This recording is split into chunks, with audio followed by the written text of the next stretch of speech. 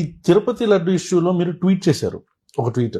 దాని మీద చాలా చర్చ జరిగింది. అది పవన్ కళ్యాణ్ గారు సరిగ్గా అర్థం చేసుకోలేకపోయారనేది ఆయనకు తెలియదు. మీరు పవన్ కళ్యాణ్ గారిని ఆయనకి అర్థం చేసుకోరు, ఆయన మనకు అర్థం కారు అంటారు కదా, అలా కాదు. ఆయనకు తెలియదు, మీరు ఆపాదిస్తున్నారు. ఆయన అన్ని తెలుసని మీరు ఆపాదిస్తున్నారు. తిరుపతి విషయంలో నేనేం చెప్పానండి, ఒక లడ్డూలో కల్తీ జరిగింది అని ఒక అనుమానం, అది ల్యాబ్కి పంపించారు. ఏం పంపించారు, ఎక్కడి నుంచి పంపించారు?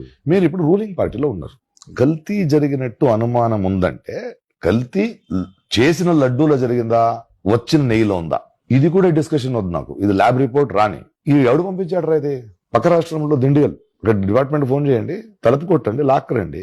కల్తీ కాదు నా ఇష్యూ. కోట్లాది మంది పూజించే పుణ్యక్షేత్రమైన తిరుపతి లడ్డూకి నీకు ఆర్డర్ ఇస్తే ఆ గేట్ లోకి కల్తీని పంపించే ధైర్యం చేసేవరా అని లాగండి వాడిని. Exactly that should be.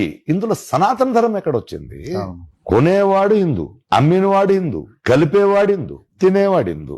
రాముడి విగ్రహాన్ని కూల్చేస్తే కోపం రాదా? ఓఎస్ఎన్ వశుద్ధి అక్కడ చార్మినార్ లో 15 నిమిషాలు ఇస్తే అంతను చంపేస్తానన్నారు, కోపం రాదు? ఒరే కల్తీ laddu, come to the point. నువ్వు యూఆర్ డెప్యూటీ చీఫ్ మినిస్టర్, నీ నియోజకవర్గం ఈ స్పేస్ లో జరిగింది, చర్యలు తీసుకో, కఠినంగా శిక్షించు. నాకేంటంటే డోంట్ మేక్ ఇట్ ఇష్యూ. నో, ఆల్రెడీ రగులుతుంది దేశం, ఆల్రెడీ రగులుతుంది. వద్దయ్యా, ఎవడో ఒకడు వచ్చాడు, నువ్వు వచ్చావు, కొన్ని అర్థం. ఇన్ని సినిమాలు చేశారు, ఇన్ని సబ్జెక్టులు చూశారు, ఇన్ని పాత్రలను చూశారు, వేరే వేరే కోణాల నుంచి మనిషి గురించి మీకు అర్థం అవ్వాలి, సిచ్యువేషన్ గురించి అర్థం అవ్వాలి, కొంచెం హుందాతనంగా. ఇదేంటి గుడిని క్లీన్ చేస్తాను, ఎవడైనా మెట్లు కింద నుంచి పై క్లీన్ చేస్తారండి?